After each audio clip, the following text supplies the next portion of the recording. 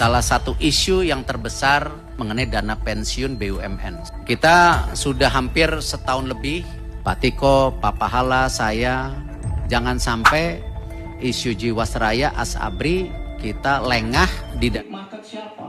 Jiwasraya itu mempunyai nasabah 102 BUMN, 311 anak BUMN, dan 5.600 perusahaan.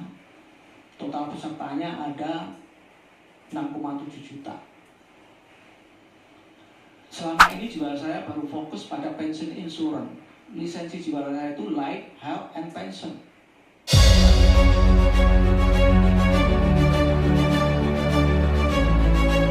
Pemegang polis asuransi gigit jari. Mendirikan perusahaan asuransi itu harus nyetor duit dulu di pemerintah, sehingga tidak ada nasabah gagal bayar. Apakah perlu pemerintah masih mempunyai BUMN asuransi, sehingga negara kehilangan duit 20 triliun lebih? Tapi ngomong teman saya udah cair sama dia, Pak. Polisi 1 miliar dicairkan tuh, baik juga Bapak ini. Lalu habis kasnya, dia bilang, Pak, habis kas, tolong, mau nangis Bapak ini. Tapi orang baik hati, polis teman saya dicairkan 1M. Padahal kasnya kosong. Nah, inilah hebatnya baik sana, baik hati dan tidak sok. Siap pengalihan polis Jiwasraya yang sudah mengikuti restru berarti Pak Heksana ya, ya kan? Nah, walaupun mungkin secara persentase itu kecil yang tidak mengikuti restru, kemudian kepada yang tidak mengikuti restru ini perkembangannya seperti apa? Karena kalau saya pelajari banyak juga sebenarnya polis-polis yang tidak mengikuti restru ini karena mereka memahami, ini banyak juga karyawan BUMN. Ketika mereka oleh perusahaannya dimasukkan ke Jiwasraya, sebenarnya yang mengikat perjanjian itu perusahaannya dan Jiwasraya. Bukan mereka sendiri yang mengikat perjanjian, walaupun mereka ada di dalamnya ya. Nah, kemudian ketika terjadi masalah Jiwasraya, mereka menganggap bahwa sebenarnya mereka tidak ada sangkut pautnya. Nah, mereka jadi istilahnya ketiban sial nih. Nah, saya pikir ini ada masuk akalnya juga sebenarnya, Pak Heksana. Nah, ini harus kita kasih way out juga kepada mereka ini. Ini kaitannya memang dengan PMN ya, agak sedikit sensitif karena beberapa waktu yang lalu aja Presiden juga pernah bilang kan, masa sih BUMN ini terus-menerus dikasih PMN lagi gitu. Ada masalah penyelesaiannya PMN. Nah, ini kan menjadi atensi kita semua sebenarnya.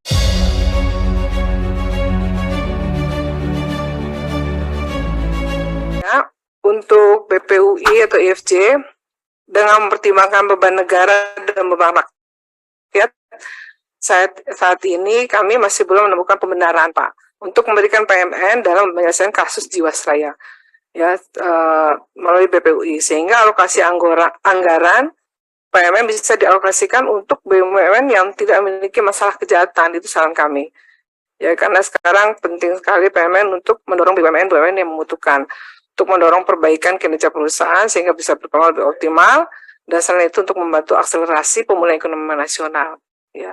Jadi memang kami menolak untuk PMN untuk IFJ ini Pak. Terima kasih pimpinan, itu saja.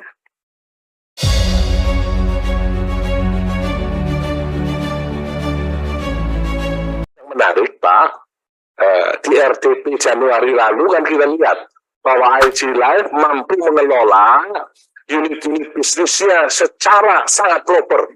Askrindo, Jamkrindo, Jasindo, sehingga kinerjanya Bapak paparkan positif.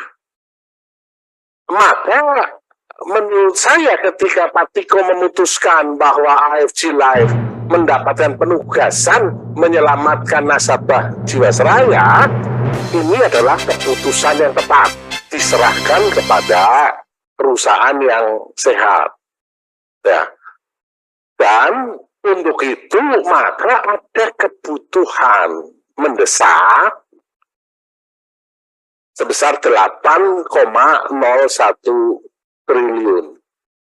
Di mana 3 triliun diantaranya diambil dari cadangan investasi yang tadinya dialokasikan untuk Jamkrindo dan Askrindo. Ya. Nah, kita tahu bahwa kenapa sih dulu Komisi 6 memberikan persetujuan tambahan 6 triliun untuk Jamkrindo dan Askrindo masing-masing 3T adalah karena peningkatan yang besar sekali di 2023.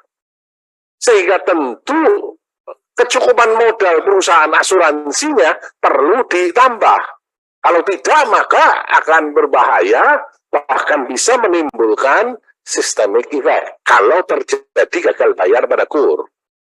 Sehingga sekarang tidak jadi diserahkan kepada Jamkrindo dan Askrindo, akan diserahkan kepada AFG Life. Nah,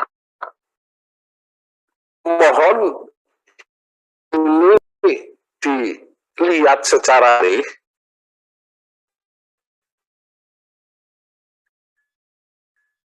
dari sisi bisnis sampai nanti menimbulkan konsekuensi yang besar. Ya. Nah, yang menarik adalah kebutuhan Bapak 8,01 triliun. Tadi 3 triliun didapat dari PMN cadangan. 3,01 triliun akan didapat dari dana rampasan dari kejaksaan. Apakah ini sudah clear? Ya, jangan-jangan hanya ada catatannya saja, termasuk aset-aset properti bermasalah sudah beralih kemana-mana. Maka tadi Bapak katakan, paparkan di sini. Lalu soal fundraising, question mark lagi. It's very easy. Lalu kita kemarin bikin jadi IFG itu gunanya apa dong? Pemahaman saya tentu membuat bisnis baru yang sangat menguntungkan atau mengundang strategic investor. Harusnya kan ke sana. Kalau menurut saya, gitu. Jadi jangan kita bebanin PMN lagi. Masih banyak BUMN yang harus diurus dan rakyat yang harus diurus. Tiko minta dukungan, ya saya rasa tentu kita akan memberikan dukungan. Hanya catatannya, pastikan seluruh nasabah itu terpenuhi haknya, Pak. Itu satu. Yang kedua, ada isu dikit Pak Aksana soal karyawan. Ya, karyawan itu Bapak minta mentandatangani, lalu nanti mereka mundur dari Jiwasraya, nanti akan pindah ke perusahaan baru. Tapi faktanya banyak yang tidak kembali direkrut atau benar-benar di PHK. Ini catatan saya Pak Iksan. Jangan ditinggalkan karyawan-karyawan nama Jiwasraya. Ya, karena bagaimanapun juga jangan sampai kami memberikan Bapak PMN untuk penyelamatan perusahaan, tapi perusahaan selamat, nasabah selamat, tapi karyawan juga tidak selamat.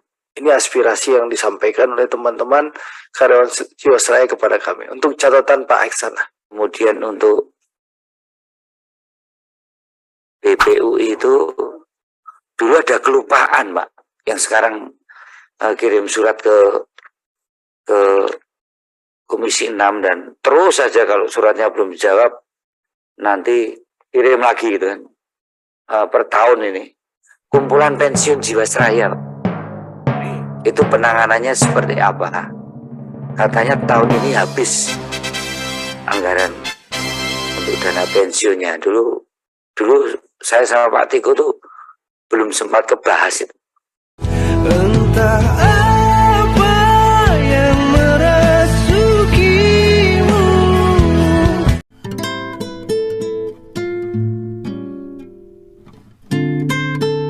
Izin ya, saya buka masker. Iya.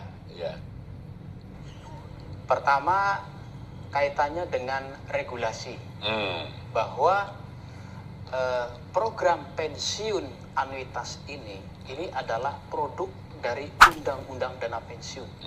Nggak boleh diambil, cuma diambil cashnya 20%. Kira-kira gitu ya? Betul. Terus jelasin Pak, biar semua tahu. Baik. Jadi, terima kasih atas waktunya. Saya ex-pekerja dari Jiwasraya. Jabatan terakhir saya adalah unit manager di cabang Bekasi. Dan kebetulan saya juga mendapat amanat sebagai Sekjen Forum Komunikasi Pekerja Agen Asuransi se-nasional. Tinggi nih pangkatnya nih. Kaitan dengan pemasaran, memang di dalam Jiwasraya itu sudah mendapatkan izin mandat dari menjual produk pensiun anuitas yang disebut asuransi jiwa anuitas seumur hidup.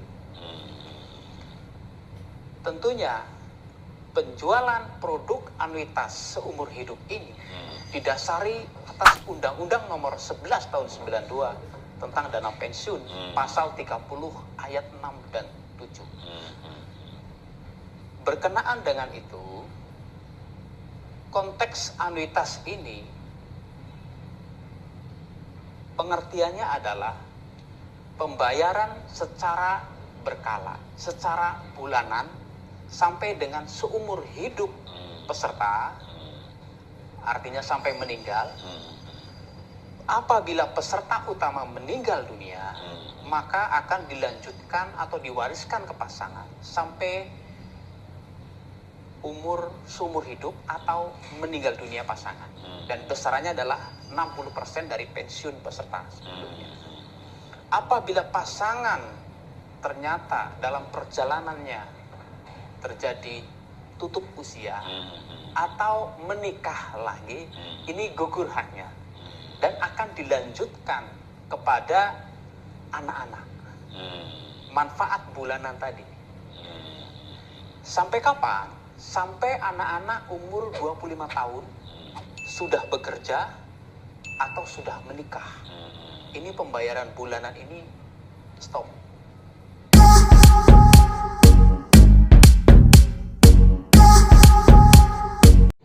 Pada saat korban ini menghadap ketua DPD, saya dengar ini betul-betul nggak habis pikir gitu, Pak. Kenapa yang begini di depan mata nggak diselesaikan dulu, malah milih pindah ibu kota? Kalau ini saya serius loh, Pak. Ini uang yang mereka itu karena merah putih. Mereka ikut ini karena percaya ini perusahaan negara. Gak mungkin duitnya hilang. Tapi dimaininnya. Nah, tadi istilah yang saya nggak mau pakai itu. Gak usah dipotong. 40% ya. Aduh, Pak, mohon gini Pak. Saya sih betul-betul happy hari ini, walaupun masuknya susah loh Pak sekarang. Saya baru tahu. Iya. Sebenarnya nggak boleh. Kasih tahu Pak, jangan persulit masyarakat. Bapak tahu saya kan udah 63, jalan kaki dari sana badan gemuk. Tapi karena ini sangat penting, saya harus dengar. Nanti saya jelaskan ke masyarakat. Ibu bapak luar biasa.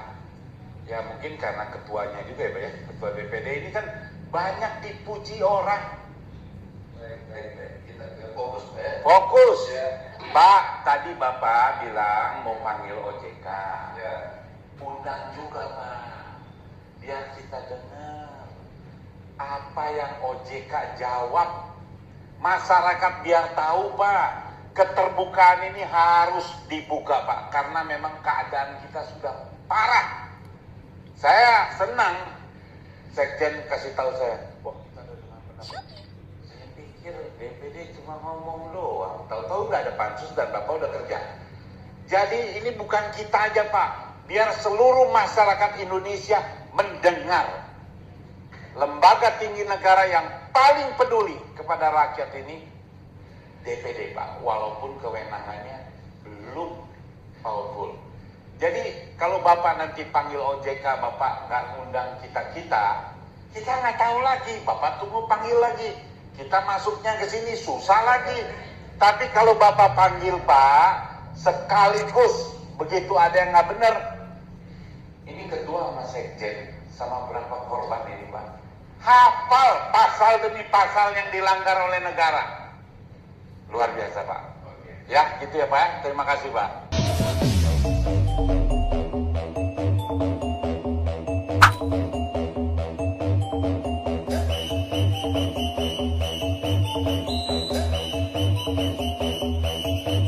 Revisi Undang-Undang BUMN, kerugian BUMN bukan lagi kerugian negara. Jelas dong bukan kerugian negara, kan yang dirugikan rakyat. Kalian mah untung-untung aja, ibarat mah negara nggak rugi ya. Kan yang dipakai uang rakyat dong, yang dirugikan siapa? Rakyat. Pengurusnya, pejabatnya, DPR-nya, presidennya, apakah rugi? Oh tentu tidak, karena kan yang banyak dirugikan itu rakyat. Selalu rakyat memang yang rugi. Kalian mah, para aparat mana rugi ya kan? Kalau revisi undang-undang cepet banget nih disahkan. Contohnya revisi undang-undang TNI nggak sampai seminggu guys, langsung sah. Coba undang-undang perampasan aset, kayaknya udah 2 bulan kita nunggu ya, nggak sah-sah tuh.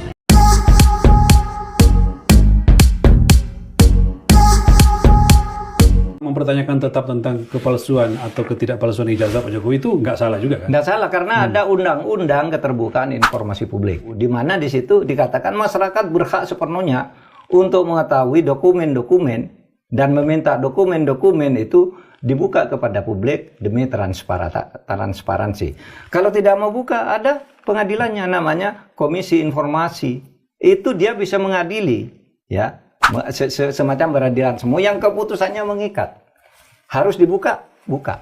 Siapa? Nanti dibuka aja di KPU, mana? Solo, ya kan? Dulu daftar pertama KPU Solo, ketika namanya masih Dr. Andes Joko Widodo.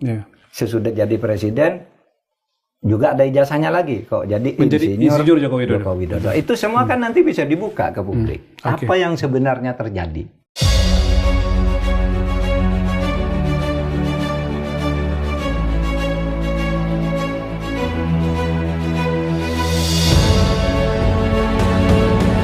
Setengah dalam bekerja, dan saya berkeyakinan seluruh rakyat Indonesia yang menginginkan negara Indonesia maju pasti peduli terhadap kasus yang menimpa saudara-saudara kita ini di dalam Jiwasraya.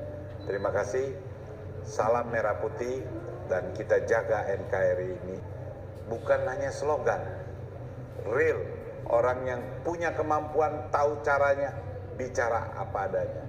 Kita dorong Presiden dan para menteri bekerjalah untuk rakyat. Jangan hanya memikirkan kepentingan pribadi atau partainya.